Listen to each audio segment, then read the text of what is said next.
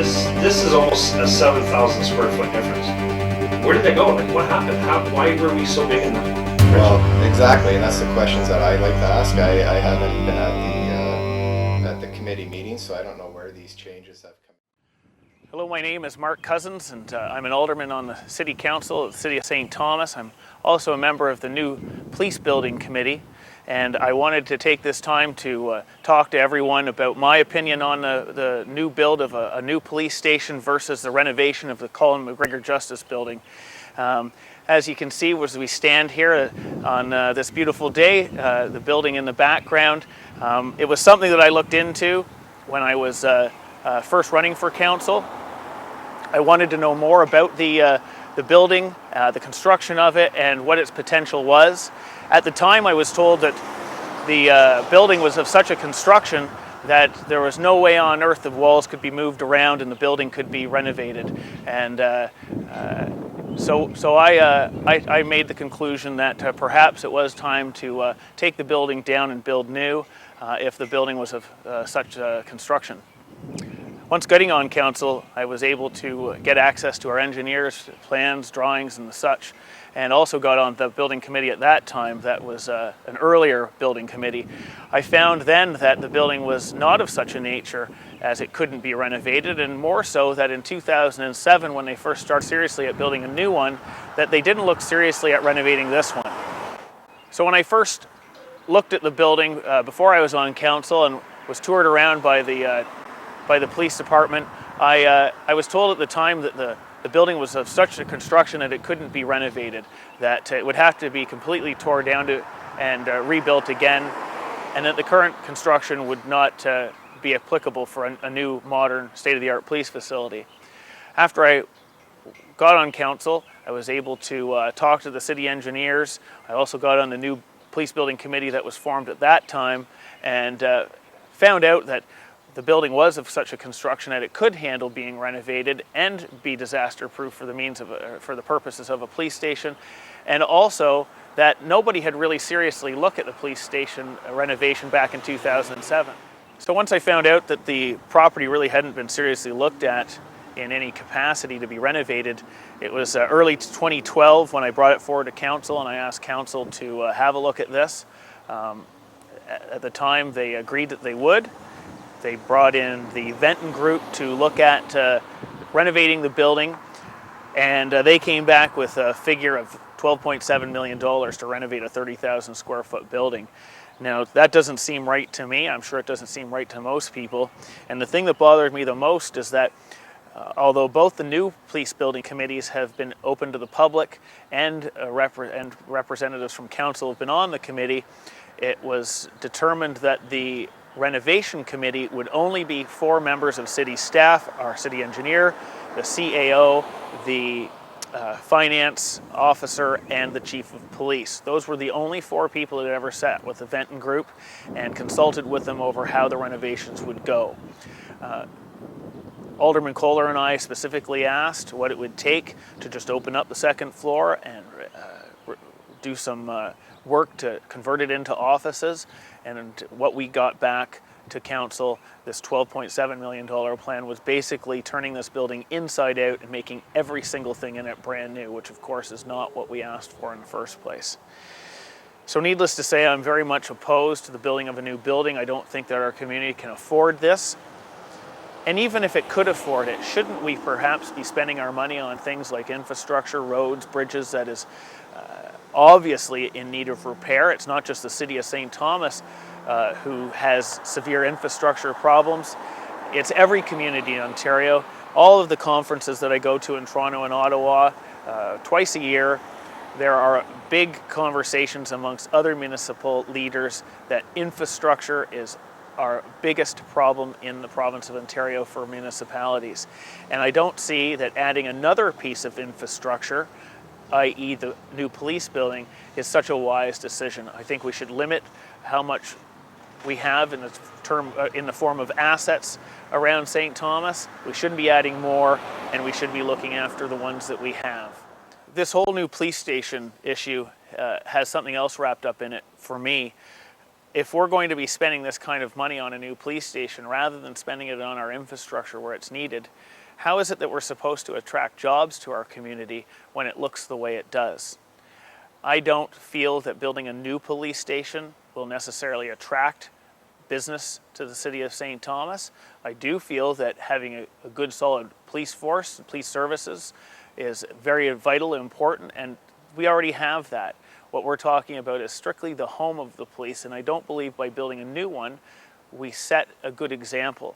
In fact, I quite firmly believe that showing ourselves as a community who looks after and restores their current assets and makes good use of them looks much better on us as a community. So if we're going to attract business and corporations to this city so that we can get more employment in this city, we're going to have to be working on our downtown, our roads, our sewers, our bridges, and this type of thing, so that when a company does come to St. Thomas to look at us as a potential site to locate themselves, that they have a pleasant experience and they feel like they've been in a community that looks after itself. I think that's where we should be putting our money and our emphasis if we're going to be spending in the neighborhood of tens of millions of dollars on infrastructure. Now, there does seem to be a bit of misinformation that's going around about the current police station and its ability to be accessible and to be modern. Certainly the Venton Group, who we paid good money to look at the building, would disagree with that statement. And also, I would disagree as well. There was court offices upstairs and court was running upstairs just in the last few months, and it was all open to the public at the time. I'm not saying that there shouldn't be some renovations and some concerns around accessibility and health and safety. These are always concerns when you have members of the public or staff present. But I don't think that these are issues that are going to make this building unusable by the police services, and certainly a professional architectural firm like the Venton Group would agree with me as well. One thing that seems to pop up from time to time is the issue of whether this is about supporting our police services or not. In no way whatsoever do I feel that this is about the support of our police services. I very much support the men and women of our police department. They do their job very, very well, and they work very hard at it, and they are willing to put on the line for us. That is much appreciated. This is not what this is all about. This is about the building of a very expensive piece of infrastructure that I don't believe we can afford, and it is completely separate from the duties that the officers and the staff here work at day in, day out. I want to provide them with the best possible housing I can, and that is the duty of this municipality to do so, and we can do it here on St. Catherine Street, where we've been doing it now for the past 40 years. Okay, so on March 10th, 2014, 5 members of council voted to go ahead and build a new facility.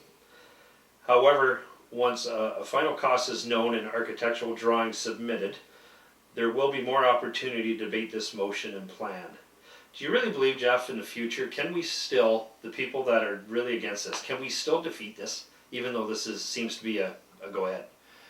Well, there still is opportunity, because when the RFP comes back, it still has to come to council, it has to be approved. So that will be something that we can vote on. So, you know, hopefully everybody on council will be listening to the people at that time, and they'll look at what they need. What you just read from there, when the original building size was from 49,000 square feet, when the other drawing was for 43,000 square feet, and from Facebook, I've now learned that we're looking at sending an RFP out for a 30,000 square foot building. So things have changed already. So when you look at it, myself, Lori, and Mark, it's a good thing that we have taken a stance against this, because we've now realized that the first report that went out there was obviously flawed, that they now realize they need only a 30,000 square foot rather than the 43 or 49,000 square foot. So money's been saved already from us asking the question, but let's hope that we can get back and council will listen to the people and we'll end up utilizing the current building that we have. This is almost a 7,000 square foot difference. Where did that go? Like, what happened? Why were we so big in the original? Well, exactly, and that's the questions that I like to ask. I haven't been at the committee meeting, so I don't know where these changes have come in, but it's a radical change. And like I say, now we're looking at a 30,000 square foot building when we have an existing building of 31,000 square feet with 11,000 square feet sitting empty.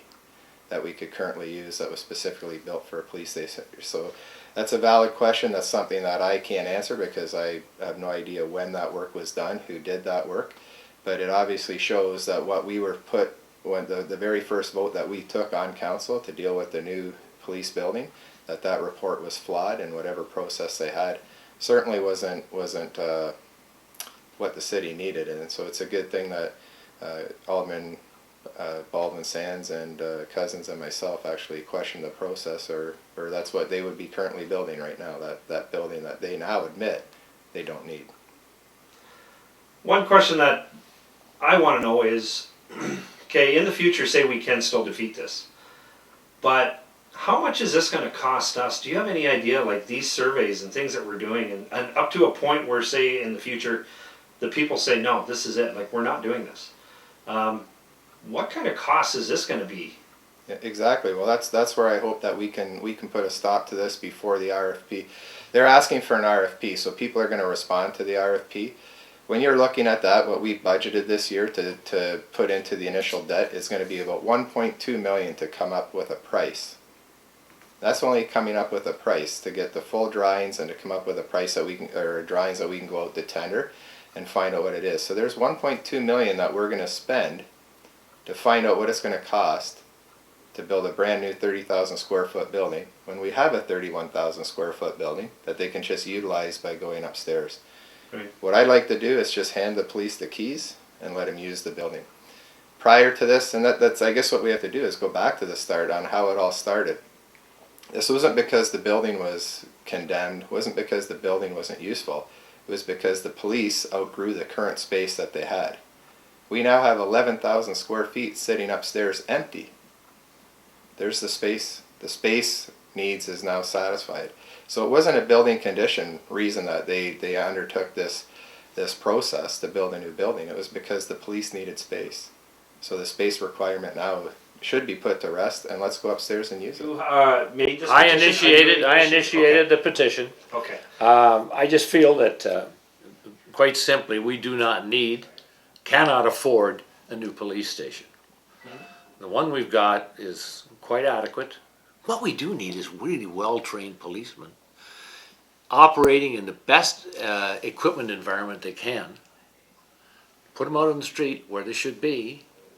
But we don't need a big hall that accommodates them all at once. There's only 12 on the job at any one time. What kind of response have you been getting over this right now? I've been getting very good response. Doesn't matter where they go, whether I go to the coffee shop, whether I go shopping, whether I go to church. People are stopping me, just calling me aside. People I haven't seen in years, people I don't even know. Hey, Bob, great petition. Good job. Keep it up. They do not want the cost of a new police station. Not when our infrastructure is failing. They can't even keep the streets clean. I'm embarrassed by the condition of our community. I'm actually glad you said that, because I've too had a lot of people tell me this over the years that I've been covering some stories here in town. This is one of the ones that keep popping up. I'm sorry to say it this way, but we look like crap, plain and simple. And we needn't. No, We and we need don't to need look to be that looking way. like this. How are we to attract any new business to the city when we have the appearance and we look like this? Yeah. My personal feelings is, I say, and I don't want to say this as individual councillors, but I say shame on you, council, personally for me, Yep. to allow us to look like this. Individually, all elected people have the best interests of their community at heart. There's no question about that. They want to do the right thing. Mm-hmm. It's just that collectively, it sometimes happens that not the best happens. And that's right. And decisions, that are being contemplated today were first considered many, many years ago when we had a vibrant community. When this idea of a new police station first came about, we hadn't even made a decision about the courts at that time. So they said, well, we better move the police station. We had a vibrant economy. Ford was here. Even Sterling was still here. All industry was still here. Mm-hmm. Well, regrettably, all of our industry has left.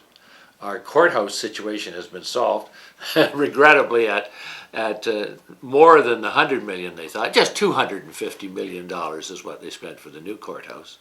Shame on the provincial government, but what's done's done. The whole province, luckily, is paying for it. But there's no reason why we need a new police station in the same manner as the new courthouse we have. So regarding your petition, where can people find this? It's basically all around town. Many people have copies of it, are carrying it around. Some stores take it. Some stores are afraid to take it. You know, did you ever read the book, A State of Fear? No. It's a very interesting book, and it's about a concept of a society who is so frightened by bureaucracy, police, fire, all of the people who are highly unionized, who tell the rest of the world what they're going to do. And then we're in a state of fear because people say, well, gee, you know, if I don't agree with this and I've got problems, maybe I won't get help, which is nonsense. But there's that fear that people will have if they sign a petition. I've had people look at the petition and say, yeah, I agree with you, Bob. I won't sign it. I mean, after all, I'm in business and people shop here, et cetera, et cetera. You know, and I understand.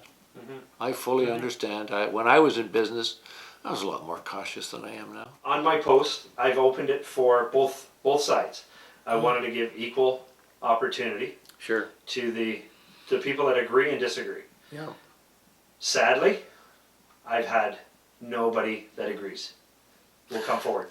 Well, and I can understand that because circumstances have changed in the community. We used to have the growth. We used to have the development. We used to have an industry that, an industrial group that was growing, expanding, hiring more people. Now they're closing. And those that are left are laying off. You know, our tax impact, the impact of these tax increases are such that, for example, this 3.9% that they're going to increase our taxes, you know what that does to a place like Prestran? They increase their taxes by $48,000 a year. $48,000. Man, when people are making decisions who run these big places, who've got choices between putting their factory in or opening or expanding in Ypsilanti or someplace else in the United States, it makes a very compelling reason to get away from increasing taxation. And companies are doing that. Mm-hmm. Sure they are. That's why they're leaving. Cost too high. It costs too much to be in Canada. Yeah. What would happen? Has anybody ever said in council, the police move, what's our plans for that building? Well, that's a question that I've asked, and that's something that the current people in favor of this continue to leave that price and the prospect of what we're going to do off of what we're going to. They don't want you to know that. No, and that whole price of whatever we're going to do with the future use, whether we tear it down, the demolition costs should go against what we're looking at for the existing building, because that's a cost we're going to incur because we're building a new.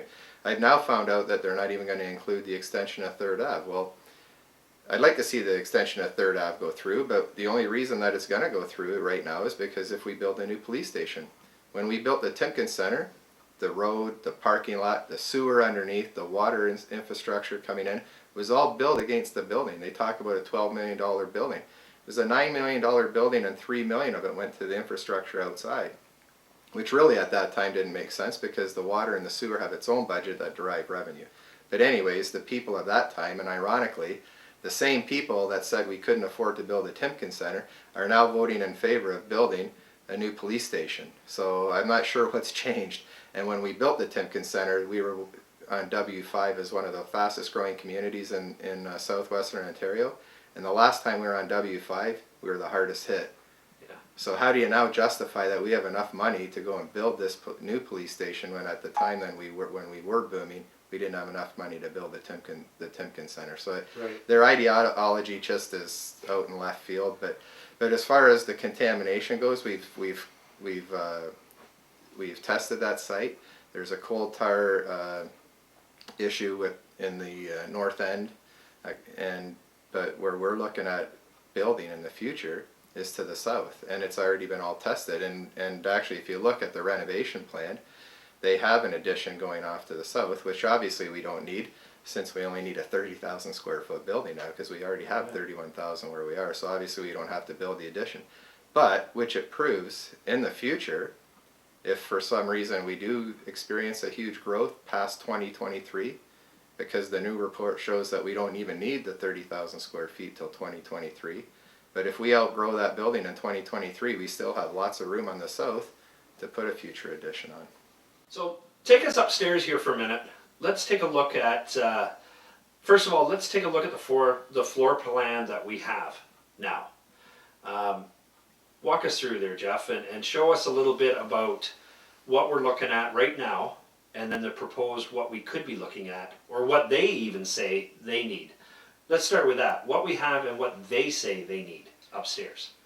Well, exactly. It's a good point. When you look at this, they've totally taken walls out, adjusted walls, changed the size of offices. And my opinion is to just go upstairs and utilize this. We have almost 11,000 square feet that the courts and the district attorney, the Crown attorney, all of them have been using. So for instance, just when you look at the judges' chambers, so on this would be the south wall, they have a row of offices. When you go, that in my opinion are just turnkey. Go up and use. They're in beautiful shape. The total upstairs is in great shape, with the exception of the courts that have the benches in. But all we have to do is remove those, utilize those courtrooms. One could be used as a community room, which they're talking about for a boardroom. But it's a fair sized boardroom when you're looking at that. It's 1,050 square feet. So that tells me that in the future there's a lot of stuff that we can do with that, because now we're going to move the boardroom up there, and there's the boardroom downstairs. But so when we do that, you can change that without spending any money other than the removal of the benches. The other courtroom that's 789 square feet, you know, they're talking of using that for the ident office, but they're building solid walls in there that would then constitute where you got to get building permit, then you got to start looking at code and everything else. But when you look at that, why would we need to do that? If we're going to have the ident officer in there and a sergeant that does there in the intelligent unit, well, that can be isolated from the doors coming into the rooms. And then you use dividers, right? You go to Lovers and purchase the office dividers that they have in there. Why do we need to physically construct walls that's going to come into a building permit or anything else? When you look at the south walls there too, and you know, they're tearing walls out, they're building offices back in the exact same space. Let's look at that, and instead of taking those walls down, utilize the offices that we have. The judges' chambers that are up there are in great condition, and if they were good enough for the judges to use, they certainly should be good enough for the police chief and the deputy chief.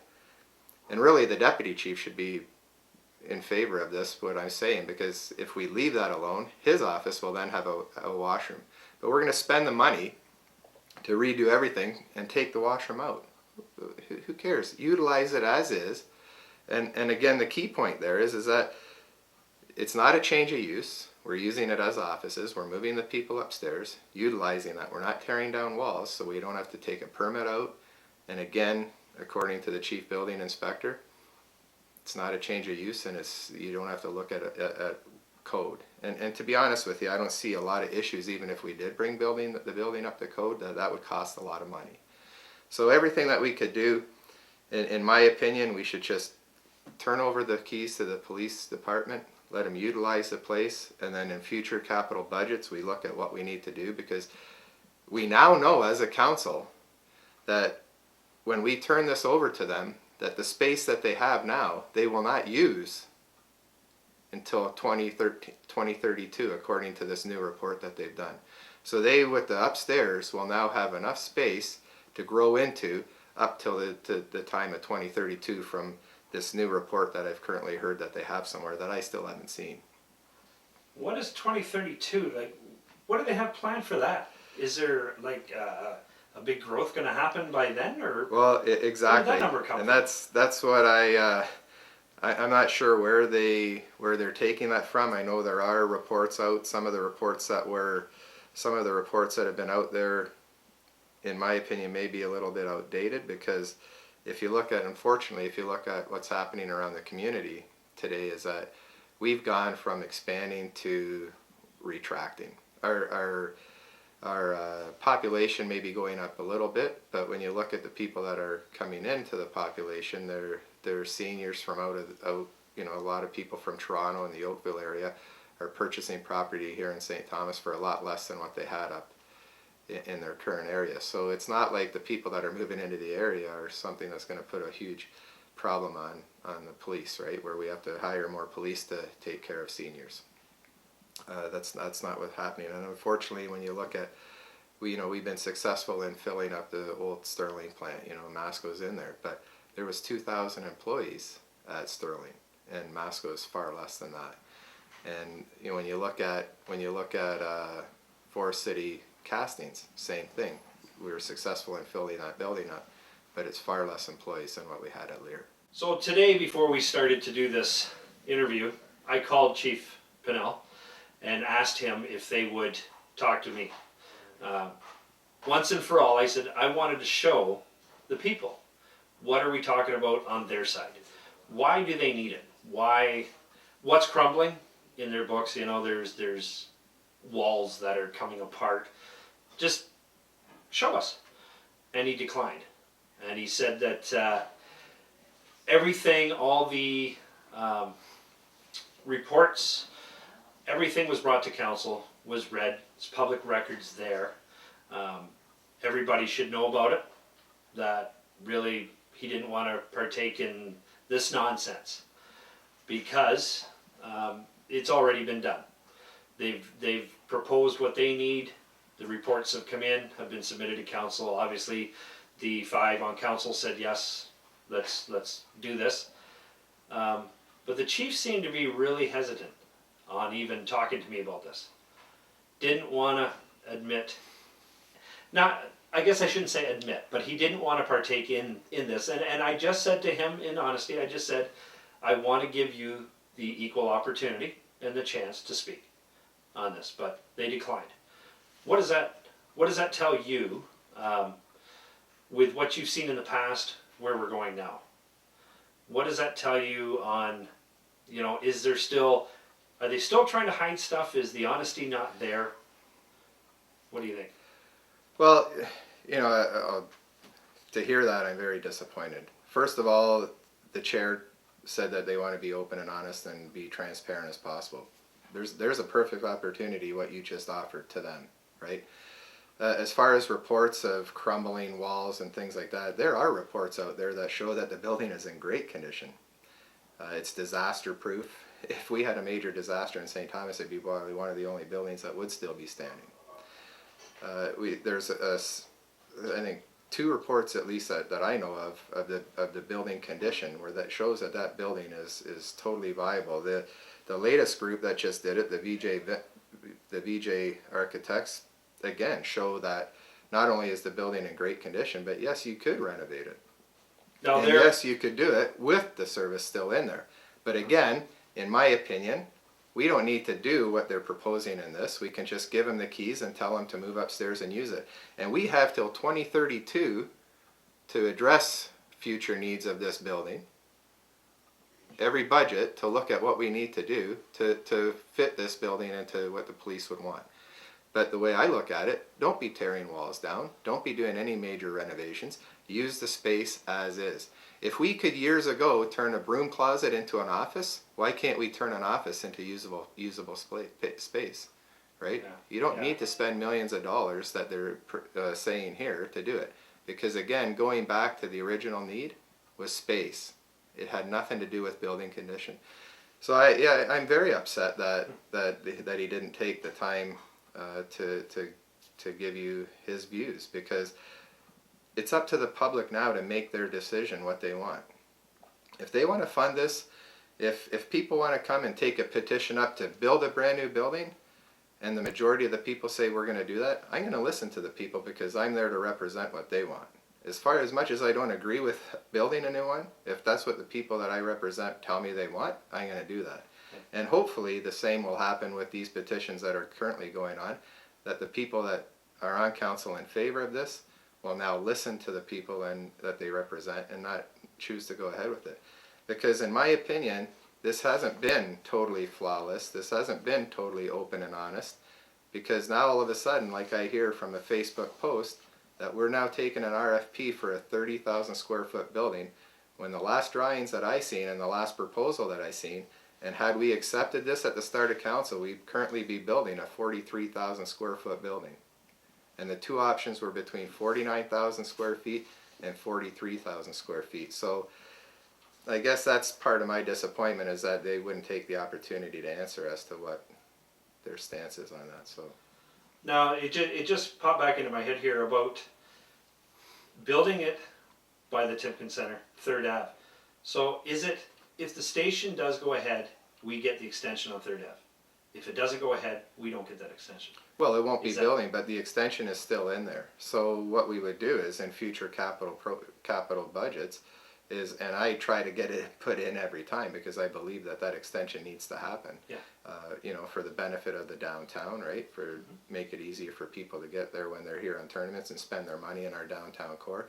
So it's something that I need, that I'd like to see go forward. But on the same token, if the only reason that members of council are going to vote in favor of it because they're going to put the police station there, then it should be included in that price. If they're not prepared to put it into a capital budget today and say it's needed to go through, then it should be put in the price of the new police station. So, you know, it depends what day it is and what side of the mouth they want to speak on, and how it's going to be funded. But So we go back to our poll, and the question there is, City Council will be getting a cost to build a new police station. What is your preference? And it was renovate the existing building, which is approximately 6.4 million in this survey, or build a new station, and that's approximately 26 million.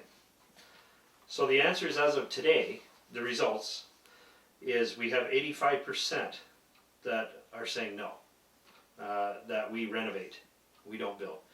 Only 15%, 39 votes out of 264 total, said to build. So with your petition, Bob, people, like, when are you going to recollect everything? Oh, you mean in terms of the petition? Yeah. And Oh, then- it'll all be gathered up and at some appropriate time presented to council. I don't expect it will have that much impact, because it will only confirm what council will do. I think when they come right down to it, common sense will come forward, and the council will realize that the majority of people in the city of St. Thomas, their stakeholders, do not want to proceed at this time. They'd rather renovate what we have and carry on. I think that's what will happen. The petition will simply reinforce that thinking. There's nobody on council who wants to hurt the city. They only want to build the city. They just need some kind of direction in the matter. And those who take direction will be reelected. And those who don't take direction may find that they've fallen by the wayside. the issue is space for the police, right? We now have 11,000 empty square feet in the police building that is functional, and that's proven to be a good police building and is built for that, and it's disaster proof. So in my opinion, it's exhausted and it's done.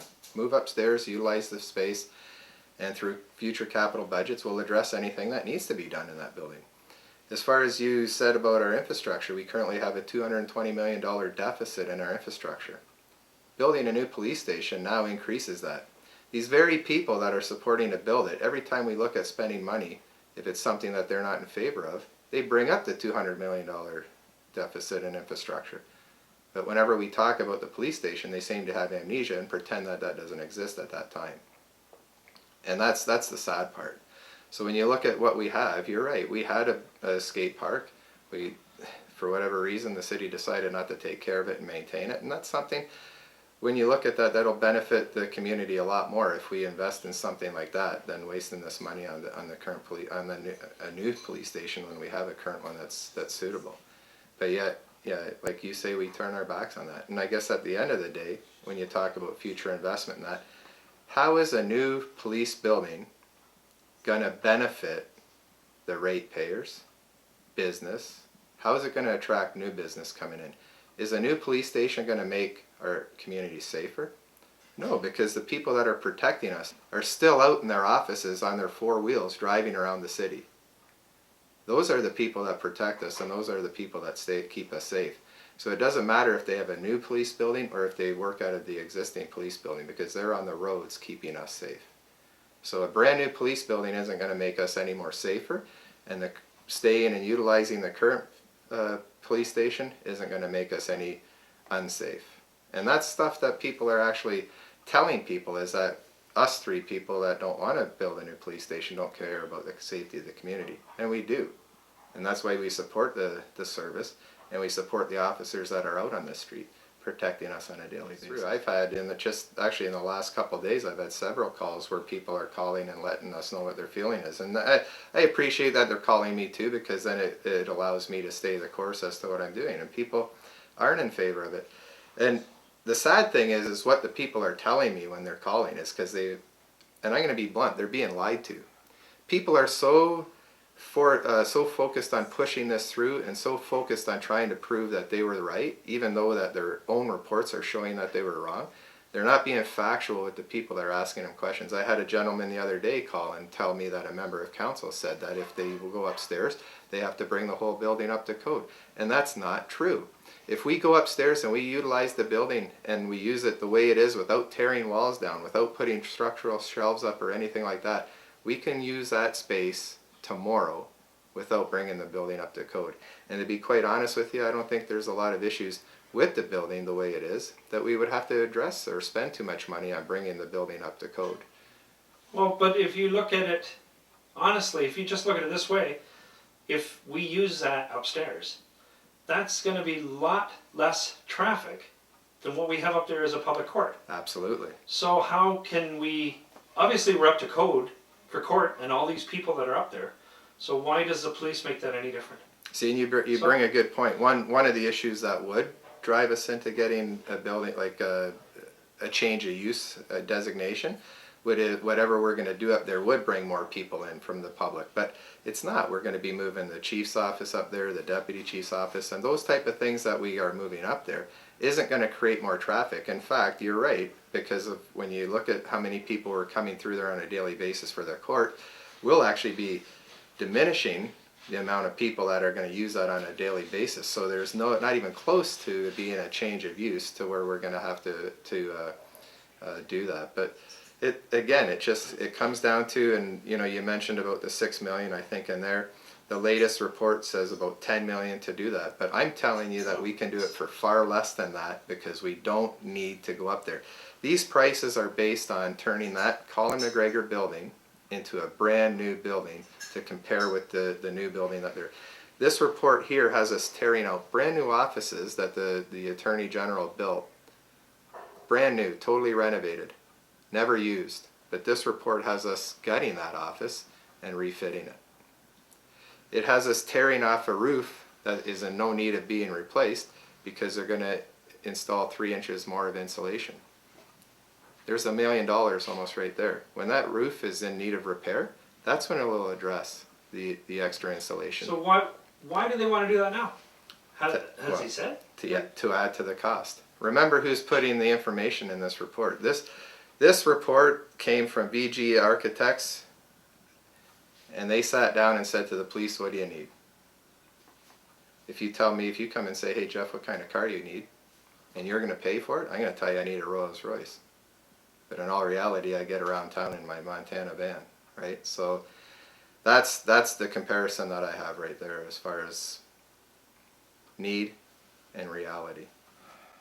If you went down this avenue and exhausted every opportunity there's no way that this building was going to work. You've done everything you could to make it work. Then a new police station, I think, would look more presentable. But a lot of people don't know about this upstairs.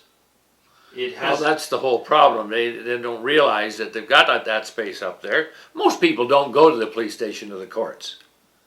well, that's right. I mean, it's just not a place where the average person gets to go.